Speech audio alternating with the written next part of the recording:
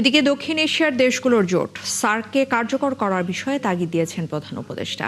খালেদা জিয়ার জানাজায় অংশ নেয়া দক্ষিণ এশিয়ার প্রতিনিধিদের এমনটা জানিয়েছেন ডক্টর মোহাম্মদ ইউনূস। বৃহস্পতিবার উপদেষ্টা পরিষদের বৈঠক শেষে এমনটা জানান প্রধান উপদেষ্টার প্রেস সেক্রেটারি।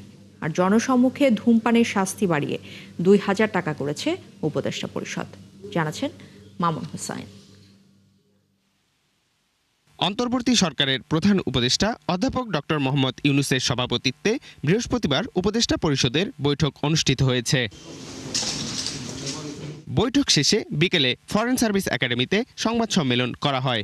ক্যাবিনেটে অনেকগুলো বিষয়ে ডিসকাশন হয়েছে। তিনি জানান, বেগম জিয়ার জানাজায় আসা প্রতিনিধিদের সার্ককে পুনর্জাগরণের বিষয়ে তাগিদ দিয়েছেন প্রধান উপদেষ্টা। প্রধান উপদেষ্টার একই মেসেজ ছিল, সেটা হচ্ছে যে সার্ককে আমাদের যে করে হোক রিভাইভ করতে হবে। প্রফেসর ইউনূস বলেছেন যে সার্কের spirit is alive and well. এই সার্কের স্পিরিট আমাদের ধরে রাখতে হবে। উপদেষ্টা পরিষদের বৈঠকে ধূমপান ও তামাকজাত দ্রব্য ব্যবহার আইন সংশোধন করা হয়েছে। এতে প্রকাশ্যে ধূমপানের জরিমানা বাড়ানো হয়েছে।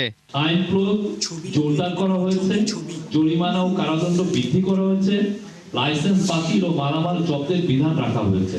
প্রধান উপদেষ্টার প্রেস উইং জানায়, বছরের প্রথম দিনেই ৮৩% পাঠ্যপুস্তক বিতরণ করা হয়েছে। শিক্ষার্থীরা বাকি বই পাবে ১৫ জানুয়ারির মধ্যে। ২৪,৫৯,৯২,১১১টি বই শিক্ষার্থীদের হাতে পৌঁছে গেছে। মামুন হুসাইন, ৭১, ঢাকা।